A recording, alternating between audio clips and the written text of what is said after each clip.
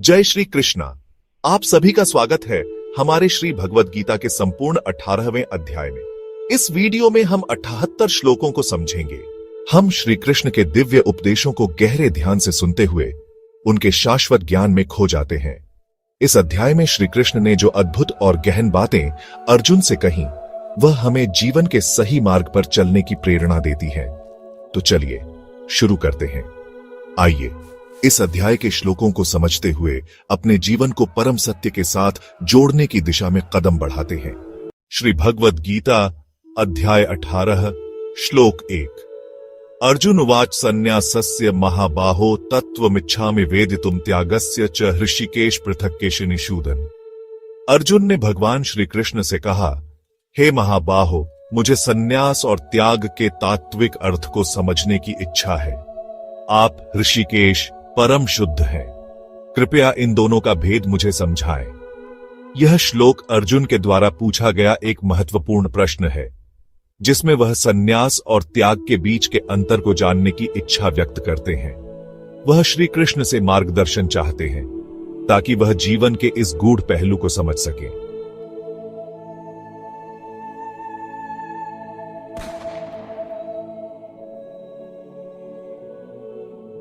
श्री भगवद गीता अध्याय 18 श्लोक 2।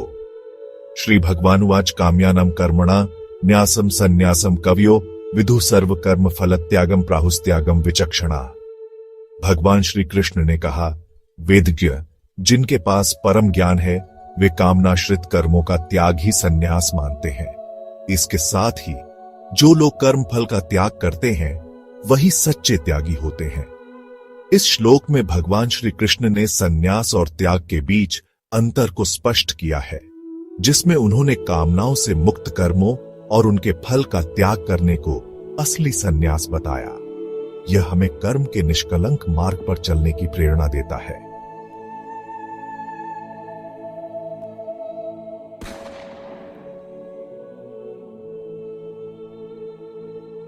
श्री भगवद गीता अध्याय 18 श्लोक 3। त्याज्यम दोषवदित्य के कर्म प्राहुर्मणिषिण यज्ञ दानतपः कर्म न त्याज्यमिति चापरे। कुछ ज्ञानी लोग कहते हैं कि कर्मों को जो दोषों से भरे हों त्याग देना चाहिए, जबकि अन्य कहते हैं कि यज्ञ, दान और तप जैसे कर्मों का त्याग नहीं करना चाहिए, क्योंकि ये कर्म शुद्ध और पुण्यदायक होते हैं। यह श्लोक जीवन के कर्मों की प्रकृति और उनके प्रभाव के बारे में दर्शाता है। एक ओर यह हमें कर्मों में दोष की पहचान करने की बात करता है, जबकि दूसरी ओर यह हमें पुण्यकारी कर्मों जैसे यज्ञ, दान और तप के महत्व को समझाता है, जिन्हें हमें नहीं त्यागना चाहिए।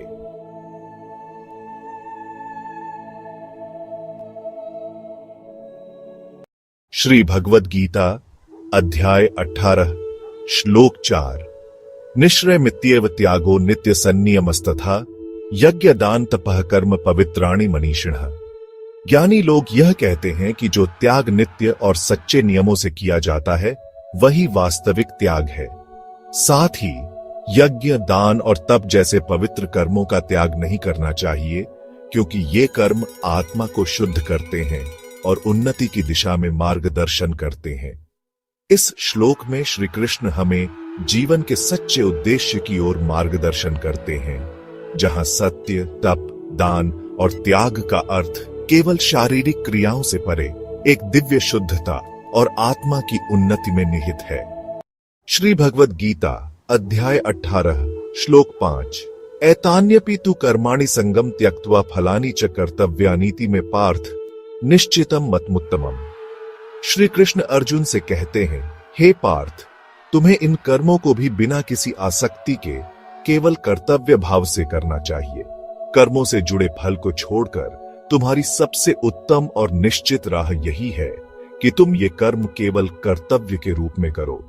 यह श्लोक हमें समझाता है कि कर्म करते समय फल की आकांक्षा को छोड़ देना ही सच्चा त्याग है। यह ज्ञान हमें आत्मा के मार्ग पर आगे बढ़ने के लिए प्रेरित करता है, जहां कर्तव्य और निस्वार्थ कार्य सबसे महत्वपूर्ण है।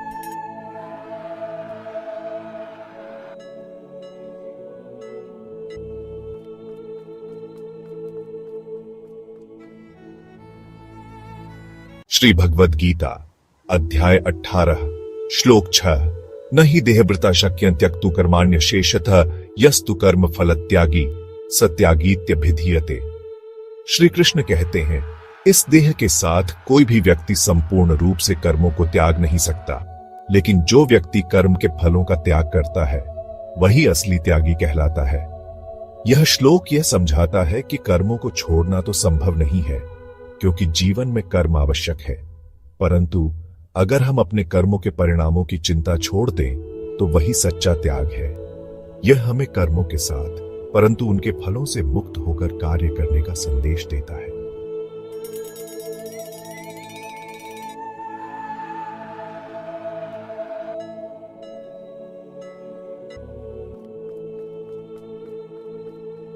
श्री भगवद गीता अध्याय 18 श्लोक 7 दुःखमित्येव यत्कर्म कायक्लेश भयात् त्यजेत् स कृत्वा राजसं त्यागम नैव त्यागफलम लभेत्।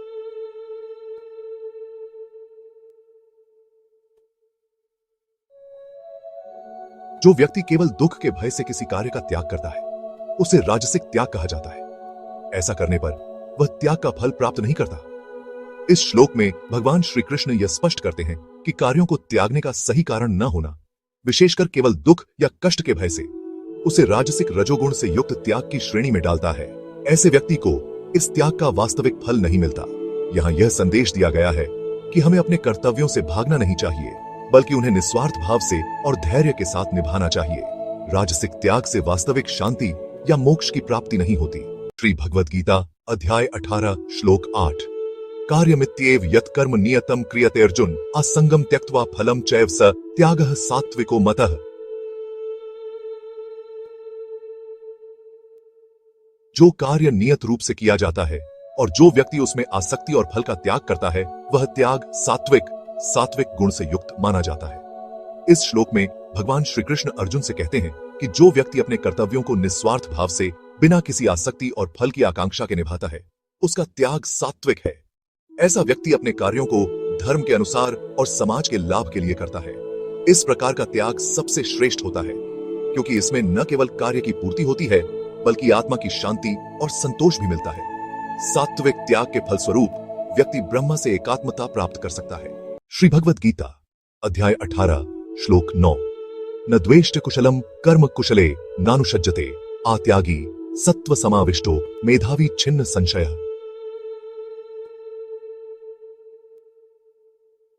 जो व्यक्ति अक्षम कार्यों से द्वेष नहीं करता और सक्षम कार्यों से आसक्त नहीं होता वह सत्व गुण से युक्त होकर त्यागी कहलाता है। वह मेधावी और संदेह रहित होता है। इस श्लोक में भगवान श्री कृष्ण यह बताते हैं कि एक सत्वगुणी व्यक्ति न तो अयोग्य कार्यों से द्वेष करता है और न ही योग्य कार्यों में आसक्ति रखता है। इस प्रकार वह अपने कार्यों में निपुण और समर्पित रहता है। ऐसा व्यक्ति मेधावी होता है जिसका ज्ञान स्पष्ट और संदेह रहित होता है। वह अपने कर्तव्यों का निर्वहन करते समय संतुलित और स्थिर रहता है और यही सच्चे त्याग का संकेत है। श्री भगवद गीता अध्याय 18 श्लोक 10 न हि देहभृता शक्यम त्यक्तुं कर्माण्य शेषतः यस्तु कर्म फलत्यागी सत्यागीत्यभिधीयते। क्योंकि शरीर धारण करने वाले व्यक्ति के लिए सभी कर्मों को पूरी तरह से छोड़ना संभव नहीं है। जो व्यक्ति कर्मों के फल का त्याग करता है वह त्यागी कहलाता है। इस श्लोक में भगवान श्री कृष्ण यह बताते हैं कि मनुष्य के लिए अपने कर्तव्यों को पूरी तरह से छोड़ देना संभव नहीं है, क्योंकि हर व्यक्ति को अपने शरीर और जीवन के लिए कर्म करना आवश्यक होता है। हालांकि जो व्यक्ति अपने कर्मों के परिणामों से मुक्त रहता है वह सच्चा त्यागी कहलाता है। इस श्लोक का मुख्य उद्देश्य यह है कि हमें अपने कार्यों को निस्वार्थता से करना चाहिए और उनके फल के प्रति आसक्त नहीं होना चाहिए। ऐसा करना ही सच्चा त्याग है जो हमें आध्यात्मिक उन्नति की ओर ले जाता है। श्री भगवद गीता अध्याय 18 श्लोक 11 न हि कश्चित् क्षणमपि जातु तिष्ठत्य कर्म कृत कार्यते ह्यवश कर्म सर्वः प्रकृति जैर्गुणैः। निश्चित रूप से कोई भी क्षण भर भी कर्म किए बिना नहीं रह सकता। सभी व्यक्ति प्रकृति के गुणों द्वारा बाध्य होकर कर्म करते हैं।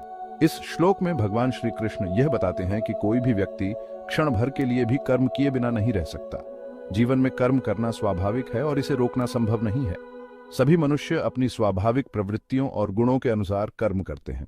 इसलिए हमें अपने कर्मों को समझदारी से करना चाहिए और उनके फल को स्वीकार करना चाहिए।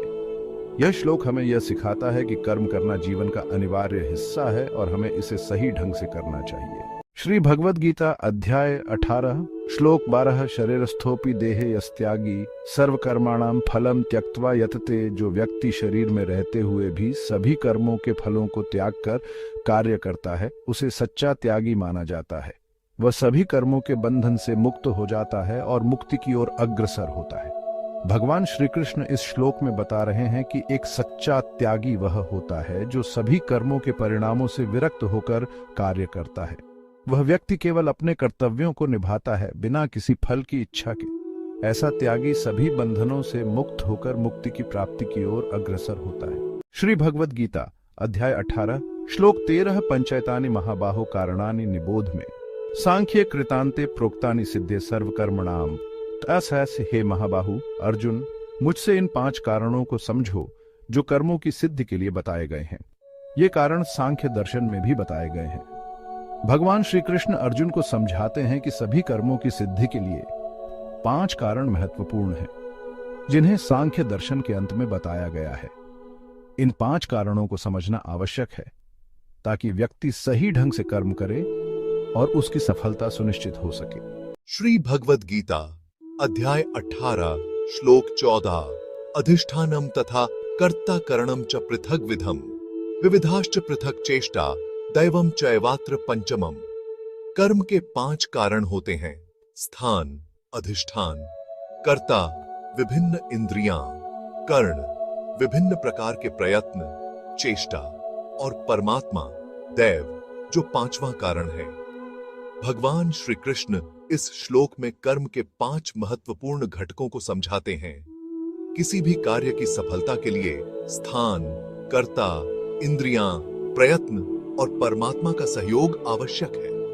ये 5 कारण कर्मों की सिद्धि में अहम भूमिका निभाते हैं। श्री भगवद गीता अध्याय 18 श्लोक 15 शरीरवान मनोभिर्यत कर्म प्रारभते नरः न्यायम व विपरीतम व पंचैते तस्य हेतवः। मनुष्य जो भी कर्म शरीर, वाणी या मन से आरंभ करता है, चाहे वह न्यायपूर्ण हो या विपरीत, इन 5 कारणों से ही संपन्न होता है। भगवान श्री कृष्ण इस श्लोक में बताते हैं कि प्रत्येक कर्म जो मनुष्य शरीर, वाणी और मन से करता है, चाहे वह सही हो या गलत, 5 मुख्य कारणों के माध्यम से होता है। ये 5 कारण हर कार्य की सफलता या असफलता में महत्वपूर्ण भूमिका निभाते हैं। श्री भगवद गीता अध्याय 18 श्लोक 16 तत्रैवं सति कर्तारमात्मानं केवलं तु यः पश्यत्यकृत बुद्धित्वान् पश्यति दुर्मते। जो व्यक्ति अज्ञान के कारण केवल अपने को ही कर्ता मानता है, वह वास्तव में बुद्धिहीन है और सही रूप से नहीं देख पाता। भगवान श्री कृष्ण इस श्लोक में बताते हैं कि जो व्यक्ति अपनी सीमित बुद्धि के कारण अपने आप को ही सभी कर्मों का कर्ता मानता है, वह भ्रमित होता है। वह सत्य को नहीं समझ पाता, क्योंकि कर्म के पीछे केवल एक व्यक्ति का ही नहीं बल्कि कई कारणों का योगदान होता है। श्री भगवद गीता अध्याय 18 श्लोक 17 यस्य नाहंकृतो भावो बुद्धिर्यस्य न लिप्यते हत्वापि स इमान् लोकान् न हन्ति न निबध्यते। जिस व्यक्ति में अहंकार का भाव नहीं है और जिसकी बुद्धि कर्मों में लिप्त नहीं होती, वह इस संसार में किसी का भी वध करके भी बंधन में नहीं पड़ता और न ही पाप करता है। भगवान श्री कृष्ण इस श्लोक में बताते हैं कि जिस व्यक्ति का अहंकार समाप्त हो गया है और जिसकी बुद्धि कर्मों से अछूती है, वह कोई भी कार्य करने पर बंधन में नहीं फंसता।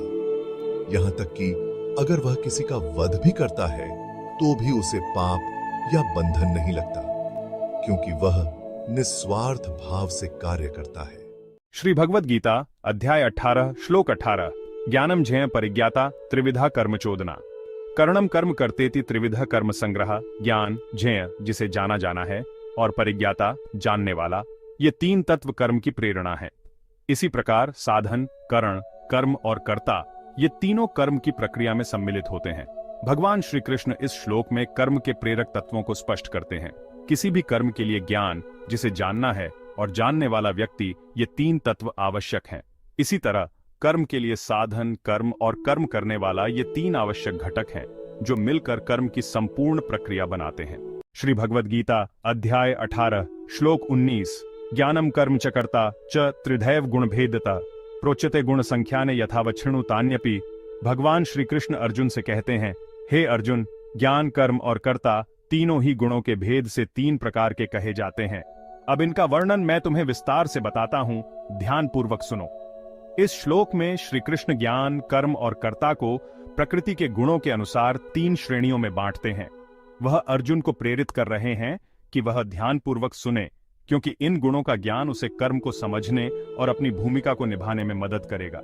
ये तीनों ही गुण, सत्व, रजस और तमस, हमारे कार्यों और हमारे दृष्टिकोण पर प्रभाव डालते हैं। श्री भगवद गीता अध्याय 18 श्लोक 20 सर्वभूतेषु येनैकं भावमव्ययमीक्षते अविभक्तं विभक्तेषु तज्ज्ञानं विद्धि सात्विकम्।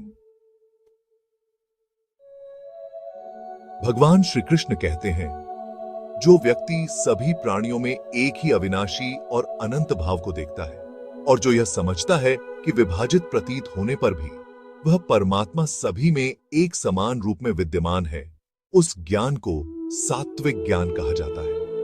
श्री कृष्ण समझा रहे हैं कि सात्विक ज्ञान वही है जिसमें व्यक्ति हर जीव में एक ही आत्मा का अंश देखता है। ऐसा ज्ञान विभक्तता में भी अभेद का अनुभव कराता है। यह दृष्टि रखने वाला व्यक्ति सभी को एक ही चेतना के रूप में देखता है। यही सात्विक ज्ञान का मर्म है। श्री भगवद गीता अध्याय 18 श्लोक 21 पृथक्त्वेन तु यज्ञानम नाना भावान पृथक विधान वेत्ति सर्वेषु भूतेषु तज्ज्ञानम विद्धि राजसम आ। भगवान श्री कृष्ण कहते हैं, जो व्यक्ति सभी जीवों में अलग अलग गुणों और भावों को पृथक रूप में देखता है और एकता को अनुभव नहीं करता, उसका ज्ञान राजसिक ज्ञान कहलाता है। श्री कृष्ण समझा रहे हैं कि राजसिक ज्ञान वह है जिसमें व्यक्ति हर जीव को अलग दृष्टि से देखता है और विभाजन का भाव रखता है। ऐसा ज्ञान परमात्मा की एकता का बोध नहीं कराता। ये श्री भगवद गीता अध्याय 18 श्लोक 22 यत्तु कृत स्नवदे कस्मिन् कार्ये सक्तमहेतुकम् आ अतत्वार्थवदल्पं च तत्तामसमुदाहृतम् आ।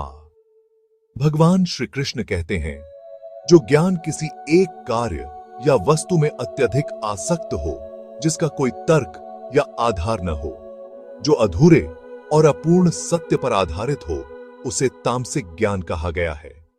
इस श्लोक में भगवान श्री कृष्ण तामसिक ज्ञान की विशेषता बता रहे हैं। तामसिक ज्ञान वह है जिसमें व्यक्ति किसी एक कार्य या वस्तु में बिना उचित कारण के आसक्त हो जाता है और उसे संपूर्ण सत्य मान लेता है। ऐसा ज्ञान अधूरा होता है क्योंकि वह वास्तविकता के गहन अर्थ को नहीं समझता। यही तामसिक ज्ञान की पहचान है। श्री भगवद गीता अध्याय 18 श्लोक 23 नियतम संग्रहितमरागद्वेषतः कृतम अफल प्रेप्सुना कर्म यत्तत् सात्विकमुच्यते आ। भगवान श्री कृष्ण कहते हैं, जो कर्म संयोग या आसक्ति से रहित बिना किसी राग द्वेष के और फल की इच्छा के बिना किया जाता है, उसे सात्विक कर्म कहा गया है। इस श्लोक में भगवान श्री कृष्ण सात्विक कर्म का अर्थ स्पष्ट कर रहे हैं। सात्विक कर्म वह है जो कर्तव्य के रूप में निस्वार्थ भाव से किया जाए, जिसमें किसी भी प्रकार की आसक्ति, मोह, राग या द्वेष का भाव न हो। ऐसा कर्म वह होता है जो फल की अपेक्षा किए बिना किया जाता है, केवल अपने धर्म का पालन करने के लिए।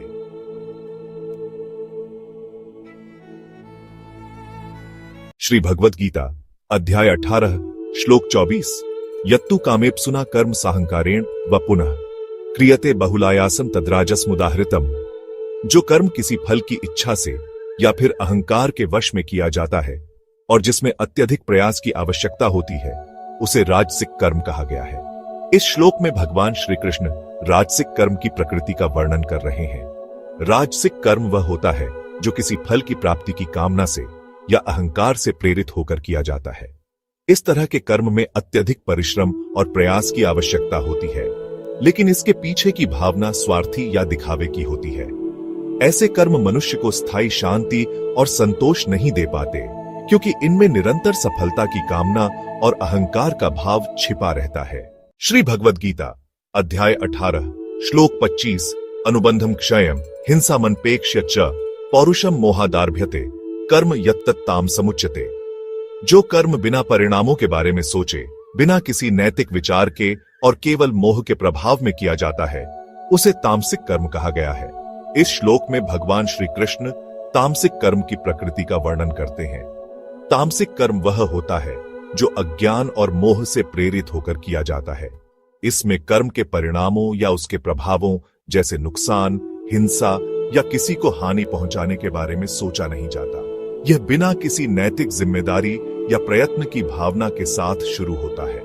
इस प्रकार के कर्म न तो व्यक्तिगत विकास के लिए होते हैं और न ही समाज के लिए उपयोगी। यह कर्म व्यक्ति को और गहरे अज्ञान और असंतोष में ले जाते हैं। श्री भगवद गीता अध्याय 18 श्लोक 26 मुक्त संगो नहंवादी धृत्युत्साहस मन्वितः सिद्ध सिद्ध्योर निर्विकारः कर्ता सात्विक उच्यते। जो व्यक्ति आसक्ति से मुक्त हो, अहंकार से रहित हो, धैर्य और उत्साह से युक्त हो और सफलता या असफलता में समान भाव रखे, उसे सात्विक कर्ता कहा गया है। इस श्लोक में भगवान श्री कृष्ण सात्विक कर्ता की विशेषताओं का वर्णन करते हैं। सात्विक कर्ता वह है जो अपने कर्तव्यों का पालन बिना किसी आसक्ति और अहंकार के करता है।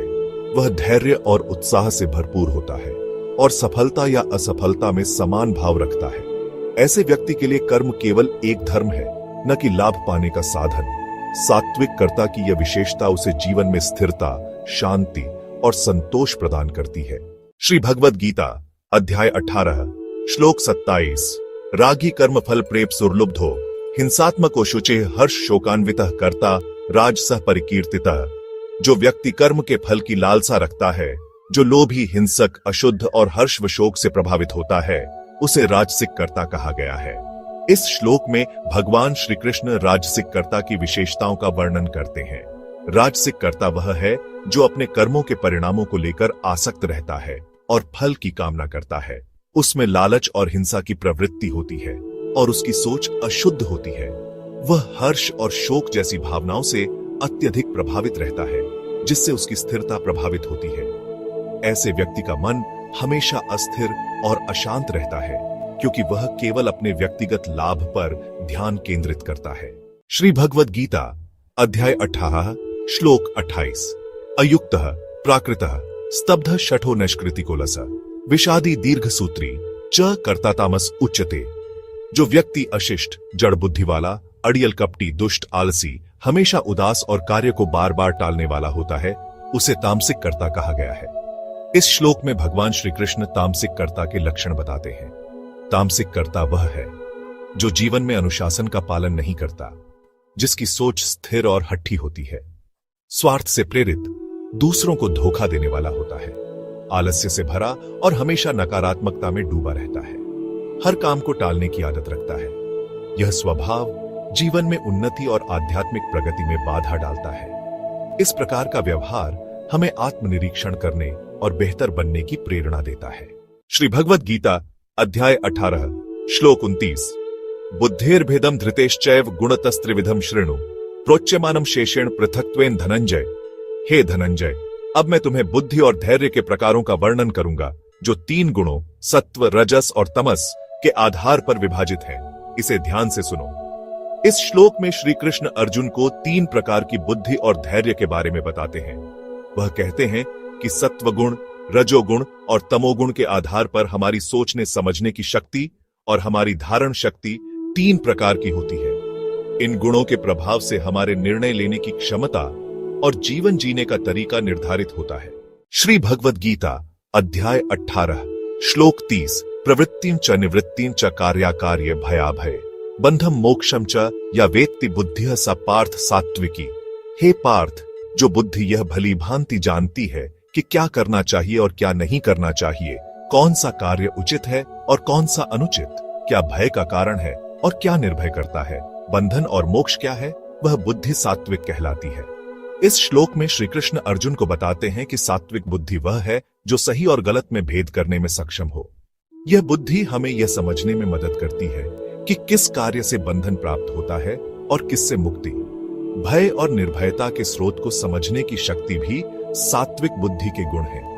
सात्विक बुद्धि जीवन के सही मार्ग पर चलने का आधार है। इस प्रकार श्री कृष्ण ने अर्जुन को सच्ची और उज्जवल बुद्धि के लक्षण समझाए।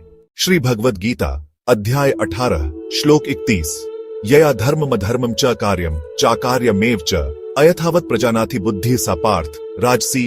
हे पार्थ, जो बुद्धि धर्म और अधर्म, कार्य और अकार्य को यथार्थ रूप से नहीं समझ पाती, वह बुद्धि राजसिक कहलाती है। इस श्लोक में श्री कृष्ण बताते हैं कि राजसिक बुद्धि वह है जो भ्रमित होती है। यह बुद्धि सत्य और असत्य, धर्म और अधर्म, सही और गलत में स्पष्ट भेद नहीं कर पाती। राजसिक बुद्धि वाले लोग अधिकतर अपने स्वार्थ, लालच और अहंकार से प्रेरित होकर निर्णय लेते हैं।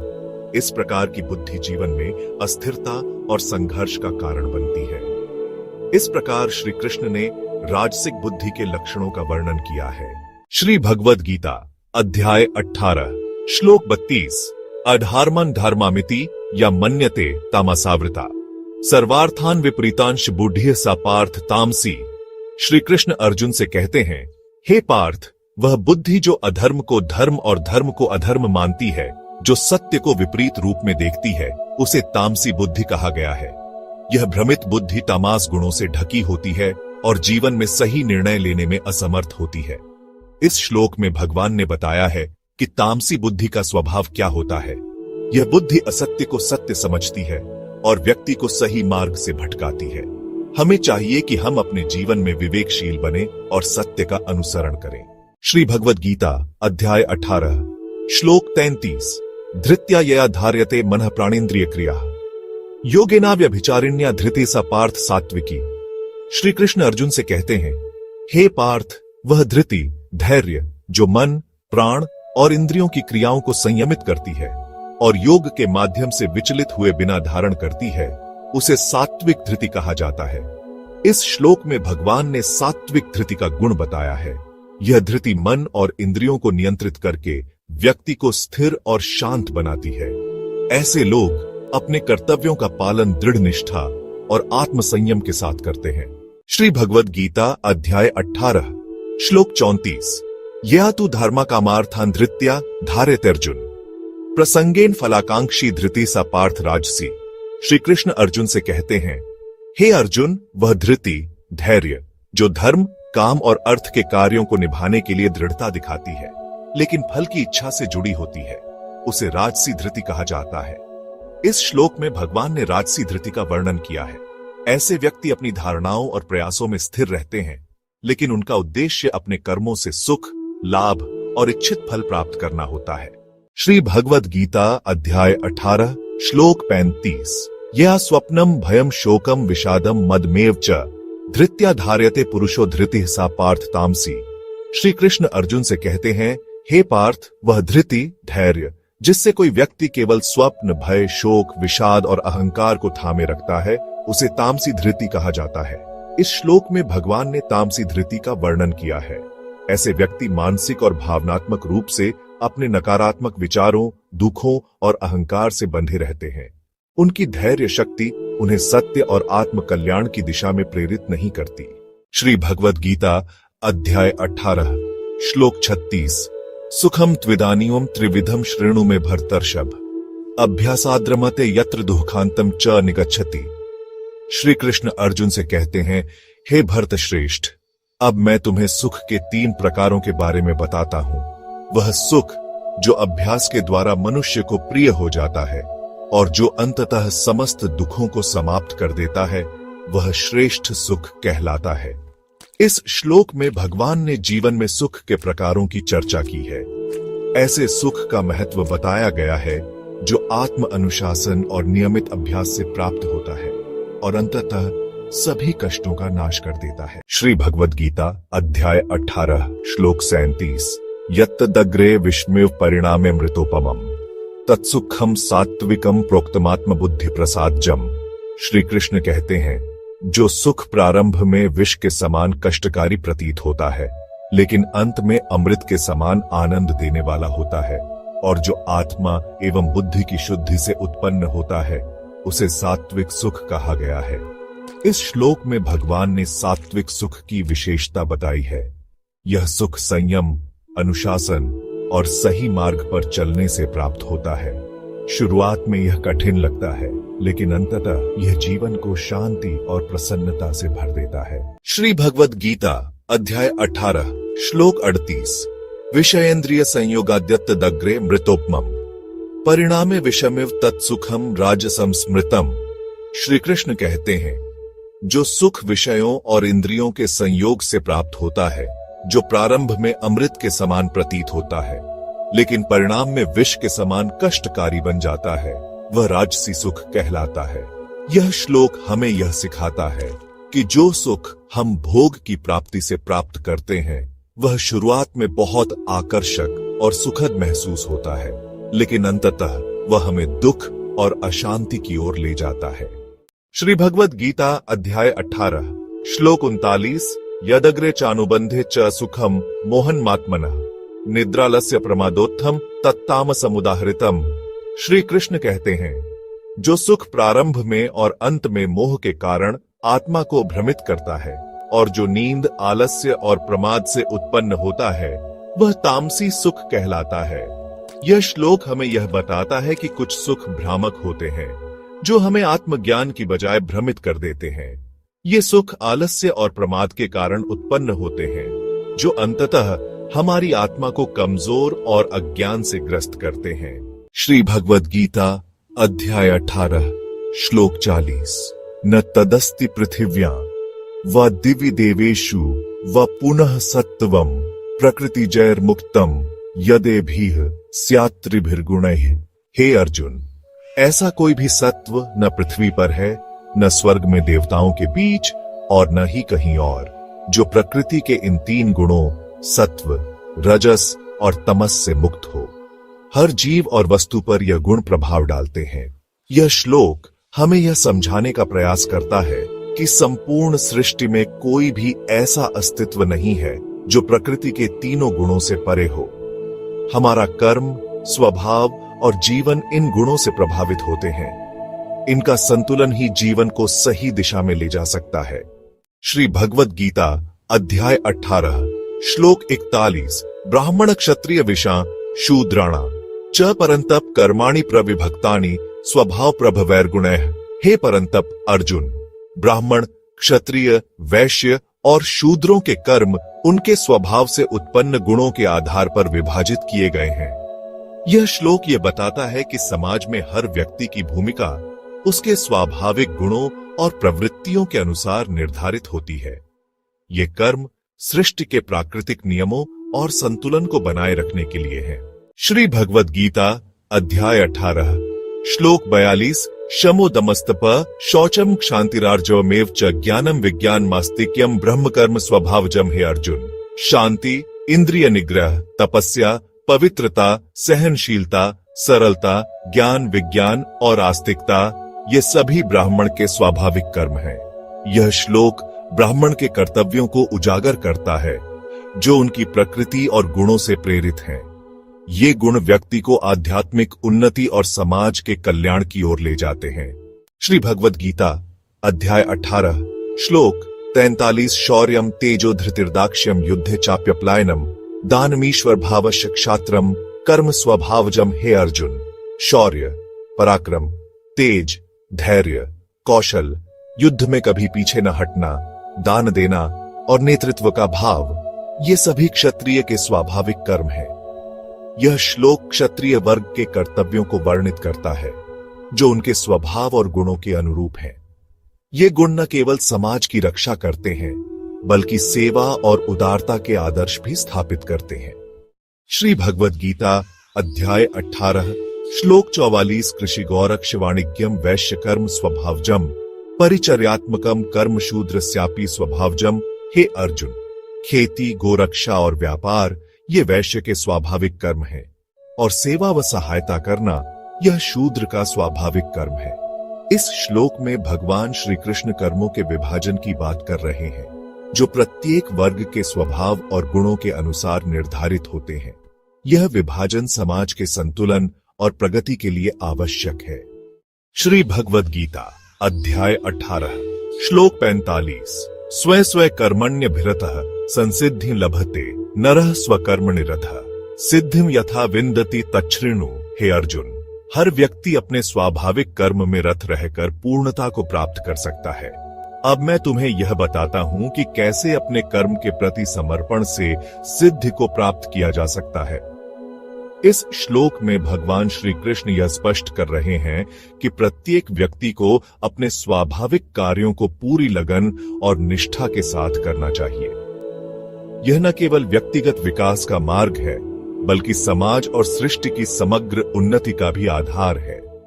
श्री भगवद गीता अध्याय 18 श्लोक 46 यतः प्रवृत्तिर्भूताना येन सर्वमिदं ततम् स्वकर्मणा तम्भ्यर्च सिद्धिम विन्दति मानव। हे अर्जुन, वह परमात्मा ही सभी प्राणियों का स्रोत है और वही इस समस्त सृष्टि में व्यापक रूप से विद्यमान है। प्रत्येक मनुष्य अपने स्वाभाविक कर्मों द्वारा उस परमात्मा की आराधना करके सिद्धि को प्राप्त कर सकता है। इस श्लोक में भगवान श्री कृष्ण यह समझा रहे हैं कि हमारे कर्म ही हमारी पूजा है। जब हम अपने स्वाभाविक कार्यों को ईश्वर के प्रति समर्पण की भावना से करते हैं, तब हमें अपने जीवन की पूर्णता प्राप्त होती है। श्री भगवद गीता अध्याय 18 श्लोक 47 श्रेयान् स्वधर्मो विगुणः प्रधर्मात् स्वनुष्ठितात् स्वभावनियतम कर्म कुर्वन्नाप्नोति किल्बिषम्। हे अर्जुन, अपनी प्रकृति के अनुसार निर्धारित अपना स्वधर्म, भले ही वह गुणहीन क्यों न हो, दूसरे के धर्म को उत्तम रीति से निभाने से कहीं श्रेष्ठ है। अपने स्वाभाविक कर्म को करते हुए मनुष्य पाप में नहीं पड़ता। हे अर्जुन, अपनी प्रकृति के अनुसार निर्धारित अपना स्वधर्म, भले ही वह गुणहीन क्यों न हो, दूसरे के धर्म को उत्तम रीति से निभाने से कहीं श्रेष्ठ है। अपने स्वाभाविक कर्म को करते हुए मनुष्य पाप में नहीं पड़ता। श्री भगवद गीता अध्याय 18 श्लोक 48 सहजम कर्म कौन्तेय सदोषम न त्यजेत सर्वारंभा ही दोषेण धूमेनाग्निरिवावृता। भगवान श्री कृष्ण अर्जुन से कहते हैं, हे कौन्तेय अर्जुन, अपने स्वाभाविक कर्म को चाहे उसमें दोष ही क्यों न हो, कभी नहीं त्यागना चाहिए, क्योंकि सभी प्रारंभिक कार्य दोष से ढके होते हैं, जैसे अग्नि हमेशा धुएं से ढकी होती है। इस श्लोक में श्री कृष्ण समझाते हैं कि हर कर्म में कुछ दोष हो सकते हैं, लेकिन हमें अपने स्वभाव और कर्तव्य के अनुसार कर्म करते रहना चाहिए। जैसे अग्नि का स्वाभाविक गुण जलना है, भले ही उसमें धुआं हो, उसी प्रकार जीवन में अपने सहज और स्वाभाविक कर्म को स्वीकार करना ही सच्चा धर्म है। श्री भगवद गीता अध्याय 18 श्लोक 49 असक्त बुद्धि सर्वत्र जितात्मा विगतस्पृह नैष्कर्म्य सिद्धि परमं संन्यासेनाधिगच्छत।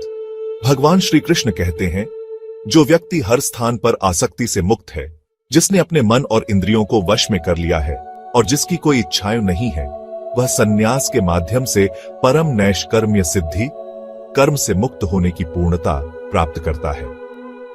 इस श्लोक में श्री कृष्ण समझाते हैं कि वैराग्य और आत्म संयम के माध्यम से व्यक्ति अपने कर्मों से उत्पन्न बंधनों से मुक्त होकर नैष्कर्म्य की स्थिति तक पहुंच सकता है। इसका अर्थ है ऐसी अवस्था जिसमें कर्म करते हुए भी व्यक्ति निष्प्रभावी और स्वतंत्र रहता है। यह अवस्था आत्मज्ञान और संन्यास द्वारा प्राप्त होती है। श्री भगवद गीता अध्याय 18 श्लोक 50 सिद्धिं प्राप्तो यथा ब्रह्म तथा आपनोति निबोध में समासेनैव कौन्तेय निष्ठा ज्ञानस्य या परा।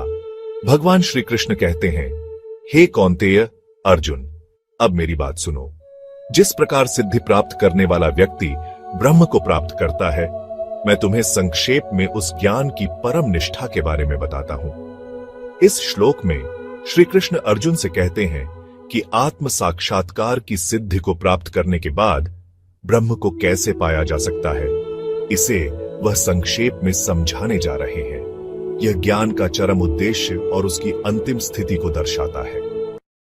श्री भगवद गीता अध्याय 18 श्लोक 51 बुद्ध्या विशुद्धया युक्तो धृत्यात्मानं नियम्य च शब्दादीन विषयांस्त्यक्त्वा राग द्वेषो व्युदस्य च शुद्ध बुद्धि से युक्त होकर और धैर्य पूर्वक आत्मा को नियंत्रित करके शब्द आदि इंद्रियों के विषयों का त्याग करते हुए तथा राग और द्वेष को हटाकर जीवन जीने वाला व्यक्ति सच्चे आत्मज्ञान के मार्ग पर अग्रसर होता है। इस श्लोक में श्री कृष्ण अर्जुन को बताते हैं कि आत्म साक्षात्कार के लिए व्यक्ति को अपनी बुद्धि को शुद्ध करना चाहिए, आत्मनियंत्रण रखना चाहिए और इंद्रियों के विषयों से मुक्ति प्राप्त करनी चाहिए। राग, आसक्ति और द्वेष, घृणा को त्याग कर ही आत्मा की पूर्ण शांति प्राप्त होती है। श्री भगवद गीता अध्याय 18 श्लोक 52 विविक्त सेवी लघ्वाशी यथवाक कायमानस ध्यान योग परो नित्यम वैराग्यम समुपाश्रितः। जो व्यक्ति एकांतवास में रहने वाला, कम खाने वाला, वाणी, शरीर और मन को संयमित रखने वाला, ध्यान योग में निरंतर लगा रहने वाला और वैराग्य को अपनाने वाला है, वह आत्मज्ञान की ओर अग्रसर होता है। इस श्लोक में श्री कृष्ण आत्म प्राप्ति के लिए आवश्यक गुणों को समझाते हैं। एकांतवास से ध्यान में स्थिरता आती है, संयम से आत्मशक्ति बढ़ती है और वैराग्य अपनाने से सांसारिक बंधनों से मुक्ति प्राप्त होती है। श्री भगवद गीता अध्याय 18 श्लोक 53 अहंकारम बलम दर्पम कामम क्रोधम परिग्रहम विमुच्य निर्ममः शांतो ब्रह्म भूयाय कल्पते। जो व्यक्ति अहंकार, बल, घमंड, कामना, क्रोध और संग्रह की भावना को त्याग देता है, जो मेरा की भावना से मुक्त और शांत है, वह ब्रह्म की अवस्था को प्राप्त करने के योग्य हो जाता है। इस श्लोक में भगवान श्री कृष्ण बताते हैं कि ब्रह्म भाव को प्राप्त करने के लिए मनुष्य को अपने भीतर के दोषों को छोड़कर शांति और निर्ममता को अपनाना आवश्यक है। अहंकार और संग्रह की भावना से मुक्त होकर ही वह सच्चे आत्मज्ञान की ओर बढ़ सकता है। श्री भगवद गीता अध्याय 18 श्लोक 54 ब्रह्मभूतः प्रसन्नात्मा न शोचति न कांक्षति समः सर्वेषु भूतेषु मद्भक्तिं लभते पराम। जो व्यक्ति अहंकार, बल, घमंड, कामना, क्रोध और संग्रह की भावना को त्याग देता है, जो मेरा की भावना से मुक्त और शांत है, वह ब्रह्म की अवस्था को प्राप्त करने के योग्य हो जाता है। इस श्लोक में भगवान श्री कृष्ण ब्रह्म भाव को प्राप्त व्यक्ति की स्थिति का वर्णन करते हैं। वह व्यक्ति पूर्ण संतोष में होता है, न किसी से द्वेष करता है और न किसी की आकांक्षा। उसकी समत्व दृष्टि उसे परमात्मा की भक्ति के उच्चतम स्तर तक ले जाती है। श्री भगवद गीता अध्याय 18 श्लोक 55 भक्त्या मां भिजानाथि यावान्यश्चास्मि तत्वतः तथो मां तत्वतो जात्वा विशते तदनंतरम। भक्ति के द्वारा ही मनुष्य मुझे जैसा मैं वास्तव में हूं जान सकता है, फिर मुझे तत्व से जानकर वह मुझ में प्रवेश कर जाता है। इस श्लोक में भगवान श्री कृष्ण बता रहे हैं कि केवल भक्ति के माध्यम से ही कोई व्यक्ति उन्हें उनके वास्तविक स्वरूप में जान सकता है। जब भक्त पूरी निष्ठा और प्रेम से भगवान को समझ लेता है, तब वह उनके दिव्य स्वरूप में विलीन हो जाता है। श्री भगवद गीता अध्याय 18 श्लोक 56 सर्वकर्माण्यपि सदा कुर्वाणो मद्व्यपाश्रय मत प्रसादाद्वाप्नोति शाश्वतम पद्मव्ययम। सभी कर्म करते हुए भी जो मेरा आश्रय लेता है, वह मेरी कृपा से शाश्वत और अविनाशी परम पद को प्राप्त कर लेता है। इस श्लोक में भगवान श्री कृष्ण समझा रहे हैं कि जीवन में चाहे कितने भी कर्म क्यों न किए जाए, यदि व्यक्ति भगवान का शरणागत होकर कर्म करता है, तो वह उनकी कृपा से सर्वोच्च लक्ष्य अविनाशी शाश्वत पद को प्राप्त कर सकता है। श्री भगवद गीता अध्याय 18 श्लोक 57 चेतसा सर्वकर्माणि मयि सन्न्यस्य मत्परा बुद्धियोगमुपाश्रित्य मच्चित्तः सततम भव। मन से सभी कर्म मुझे अर्पित करते हुए मुझ पर एकाग्र होकर बुद्धियोग का आश्रय लेकर निरंतर मेरे चित्त में स्थित रहो। इस श्लोक में भगवान श्री कृष्ण अर्जुन को निर्देश देते हैं कि वे अपने सभी कर्म भगवान को समर्पित करें और पूरी एकाग्रता के साथ उनकी ओर मन को लगाएं। ऐसा करने से व्यक्ति सही मार्ग पर रहता है और आध्यात्मिक उत्थान प्राप्त करता है। श्री भगवद गीता अध्याय 18 श्लोक 58 मच्चित्तः सर्व दुर्गाणि मत प्रसादात् तरिष्यसि अथ चेत्त्वम् अहंकारान् श्रोष्यसि विनङ्क्ष्यसि। यदि तू मुझ में मन लगाए रखेगा तो मेरी कृपा से सभी कठिनाइयों को पार कर जाएगा, लेकिन यदि अहंकारवश मेरी बात नहीं सुनेगा तो नष्ट हो जाएगा। भगवान श्री कृष्ण अर्जुन को यह समझाते हैं कि यदि वह अपने चित्त को भगवान में लगाए रखता है और उनकी कृपा को स्वीकार करता है तो जीवन की सभी बाधाओं को पार कर लेगा, परंतु यदि अहंकार के कारण वह उनकी आज्ञा का पालन नहीं करता तो विनाश का सामना करना पड़ेगा। श्री भगवद गीता अध्याय 18 श्लोक 59 यदहंकारमाश्रित्य न योत्स्य इति मन्यसे मिथ्यैष व्यवसायस्थे प्रकृतिस्त्वा नियोक्ष्यति। यदि तुम अहंकार के वश होकर सोचते हो कि युद्ध नहीं करोगे तो यह तुम्हारा भ्रम है। तुम्हारी स्वाभाविक प्रकृति तुम्हें अनिवार्य रूप से उस कर्म में लगा देगी। इस श्लोक में श्री कृष्ण समझाते हैं कि स्वाभाविक कर्तव्य से बचने का प्रयास अहंकार जनित भ्रम है। प्रकृति के अनुसार निर्धारित कर्तव्य से कोई नहीं बच सकता, चाहे स्वेच्छा से किया जाए या अनिच्छा से। प्रकृति प्रत्येक को उसके स्वभाव के अनुरूप कर्म करने के लिए प्रेरित करती है। श्री भगवद गीता अध्याय 18 श्लोक 60 स्वभावजेन कौन्तेय निबद्धः स्वेन कर्मणा कर्तुं नेच्छसि यन्मोहात् करिष्यस्य वशोऽपि तत्। हे कौन्तेय अर्जुन, अपने स्वभाव से उत्पन्न कर्म में बंधा हुआ तुम जो कर्म मोहवश नहीं करना चाहते उसे भी अनिवार्य रूप से करने के लिए बाध्य हो जाओगे। श्री कृष्ण कहते हैं कि मनुष्य अपने स्वभाव से जुड़े कर्म से बंधा हुआ है। भले ही वह इसे करने से मना करे, लेकिन उसकी प्रकृति और जीवन के नियम उसे उस कर्म को करने के लिए मजबूर कर देंगे। यह ब्रह्मांड का अटल सत्य है। श्री भगवद गीता अध्याय 18 श्लोक 61 ईश्वरः सर्वभूतानां हृद्देशेऽर्जुन तिष्ठति भ्राम्येण सर्वभूतानि यंत्रारूढ़ानि माया। हे अर्जुन, परमेश्वर सभी प्राणियों के हृदय में स्थित हैं और अपनी माया शक्ति से मानो किसी यंत्र पर आरूढ़ प्राणियों को घुमा रहे हैं। इस श्लोक में श्री कृष्ण कहते हैं कि भगवान हर प्राणी के हृदय में निवास करते हैं और अपनी दिव्य शक्ति से संसार के समस्त जीवों को उनके कर्मों के अनुसार संचालित करते हैं। यह ब्रह्मांडीय नियम के माध्यम से होता है, जैसे किसी यंत्र का संचालन। श्री भगवद गीता अध्याय 18 श्लोक 62 तमेव शरणम गच्छ सर्वभावेन भारत तत्प्रसादात् पराम शांति स्थानम प्राप्स्यसि शाश्वतम। हे भारत अर्जुन, उस परमेश्वर की ही शरण में जा, पूरी भावना से। उनकी कृपा से तू परम शांति और शाश्वत धाम को प्राप्त करेगा। श्री कृष्ण अर्जुन से कहते हैं कि समर्पण ही मोक्ष का मार्ग है। जब व्यक्ति अपने संपूर्ण हृदय से भगवान की शरण लेता है तो उनकी कृपा से जीवन की सारी समस्याओं का समाधान हो जाता है और परम शांति एवं अनंत स्थान की प्राप्ति होती है। श्री भगवद गीता अध्याय 18 श्लोक 63 इति ते ज्ञानमाख्यातम गुह्यत गुह्यतरम मया विमृश्य तद्शेषेण यथेच्छसि तथा कुरु। हे अर्जुन, मैंने तुम्हें यह अत्यंत गोपनीय और पवित्र ज्ञान बताया है। अब तुम इसे भलीभांति विचार कर लो और फिर अपनी इच्छानुसार आचरण करो। यह श्लोक आत्मनिर्णय और स्वतंत्रता के महत्व को दर्शाता है। भगवान श्री कृष्ण अर्जुन को पूर्ण विवेक और आत्मचिंतन के साथ निर्णय लेने की प्रेरणा देते हैं। यह जीवन के हर निर्णय में आत्मविवेक और स्वतंत्रता की शक्ति का प्रतीक है। श्री भगवद गीता अध्याय 18 श्लोक 64 सर्वगुह्यतमं भूयः शृणु मे परमं वचः इष्टोसी में दृढ़मिति ततो वक्ष्यामि ते हितम्। हे अर्जुन, अब तुमसे पुनः मैं यह परम गुह्यतम वचन कहता हूं, क्योंकि तुम मेरे अत्यंत प्रिय हो, इसलिए तुम्हारे हित की बात मैं तुम्हें बताने जा रहा हूं। इस श्लोक में श्री कृष्ण की प्रेम और करुणा का अद्भुत रूप प्रकट होता है। यह ज्ञान उनके प्रिय अर्जुन के प्रति स्नेह और देखभाल का प्रतीक है।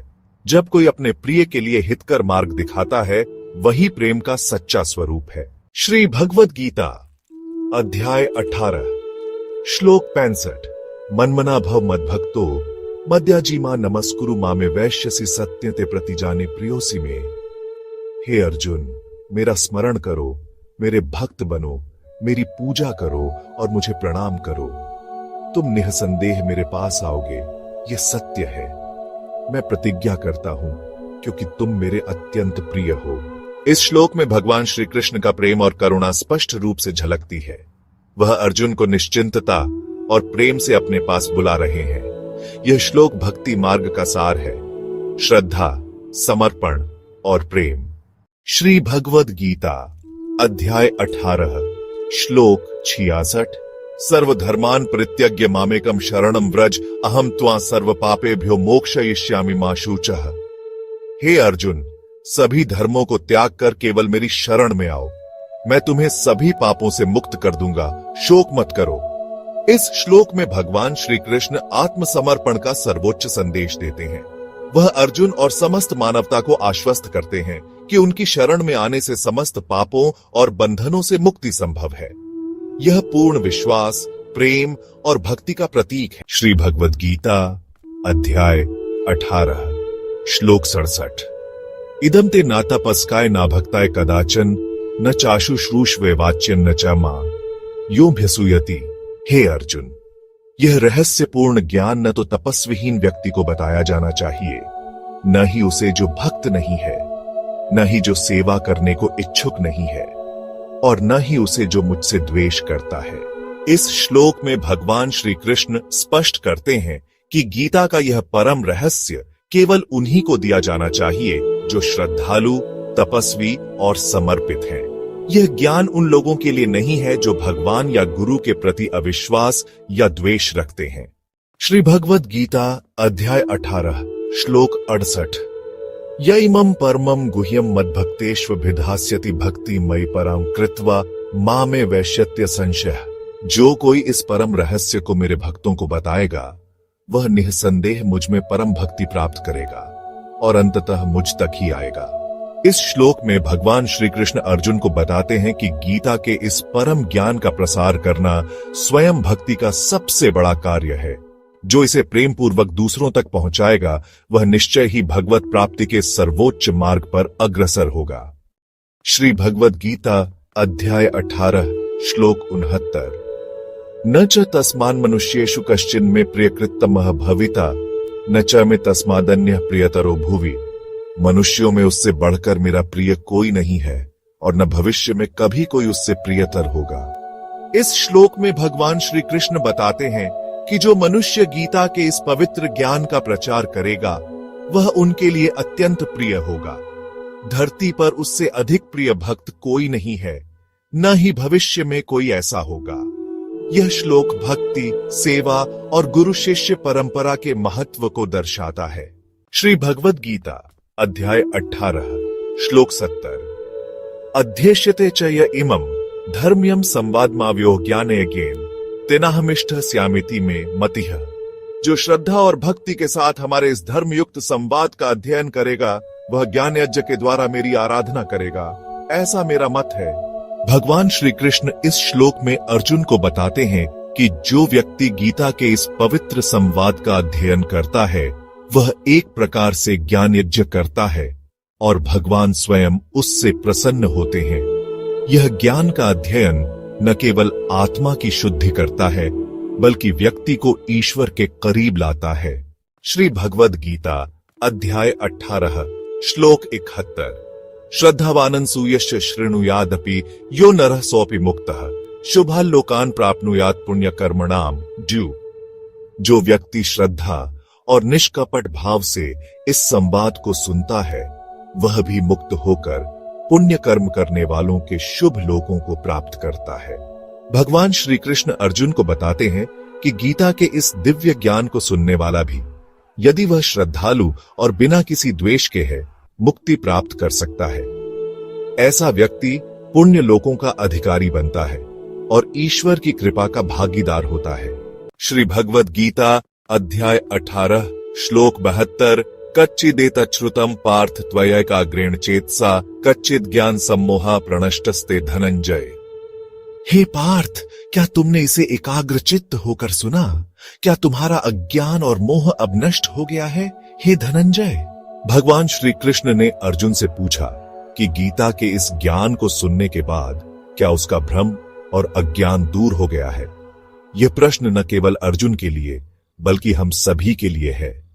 क्या हम अपने जीवन में सत्य को अपनाकर अपने संदेह और मोह को त्याग सकते हैं? श्री भगवद गीता अध्याय 18 श्लोक 73।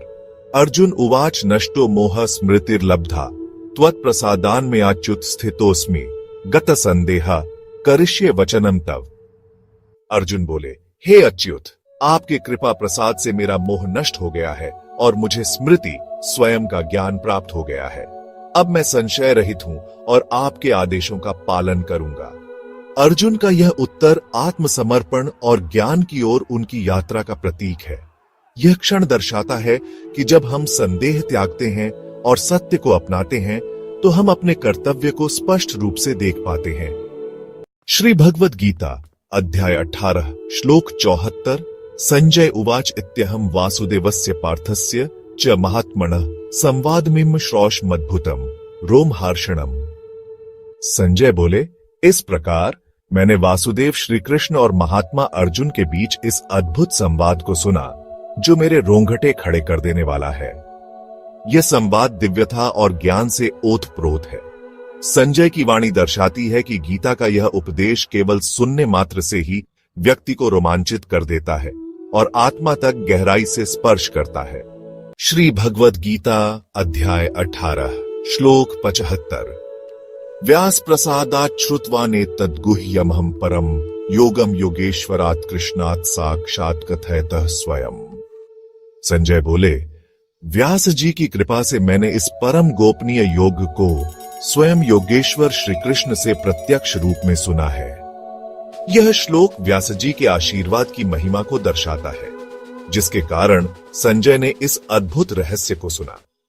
श्री कृष्ण स्वयं अर्जुन को यह दिव्य ज्ञान प्रदान कर रहे थे और संजय को वह सुनने का सौभाग्य प्राप्त हुआ। श्री भगवद गीता अध्याय 18 श्लोक 76। राजन संस्मृत्य संवाद में अद्भुतम केशवार्जुन्योः पुण्यम हृष्यामि च मुहुर्मुहु। संजय बोले, हे राजन, जब जब मैं भगवान श्री कृष्ण और अर्जुन के इस अद्भुत पवित्र संवाद को स्मरण करता हूं, तब तब मैं बार बार हर्ष से भर उठता हूं। यह श्लोक दर्शाता है कि भगवद गीता का संवाद न केवल ज्ञान का स्रोत है, बल्कि बार बार स्मरण करने पर भी आनंद और प्रेरणा प्रदान करता है। संजय का अनुभव हर उस साधक का अनुभव है जो गीता का पाठ करता है। श्री भगवद गीता अध्याय 18 श्लोक 77। तच्च संस्मृत्य रूपमत्यद्भुतम हरे विस्मयो में महान राजन हृष्यामि च पुनः पुनः। संजय बोले, हे राजन, जब जब मैं भगवान श्री कृष्ण के उस अद्भुत और दिव्य रूप का स्मरण करता हूं, तो मेरा हृदय महान विस्मय से भर जाता है और मैं बार बार आनंद से पुलकित हो उठता हूं। इस श्लोक में संजय श्री कृष्ण के विराट स्वरूप का पुनः स्मरण करते हुए विस्मय और भक्ति में डूबे हुए हैं। गीता का यह क्षण हमें उस दिव्य अनुभूति का आभास कराता है जो अध्यात्म के मार्ग पर चलने से प्राप्त होती है। श्री भगवद गीता अध्याय 18 श्लोक 78। यत्र योगेश्वरः कृष्णो यत्र पार्थो धनुर्धरः तत्र श्रीर्विजयो भूतिर्ध्रुवा नीतिर्मतिर्मम। संजय बोले, जहां योगेश्वर श्री कृष्ण है और जहां धनुर्धारी पार्थ अर्जुन है, वहां निश्चित रूप से श्री, समृद्धि, विजय, विभूति, शक्ति और अडिग नीति होगी, ऐसा मेरा मत है। यह श्लोक गीता के समापन का ऐश्वर्यपूर्ण उद्घोष है। संजय धृतराष्ट्र से कहते हैं कि जहां धर्म है वहां भगवान श्री कृष्ण का वास है और जहां भगवान है वहां विजय निश्चित है। यह जीवन की अडिग सत्यता को दर्शाता है।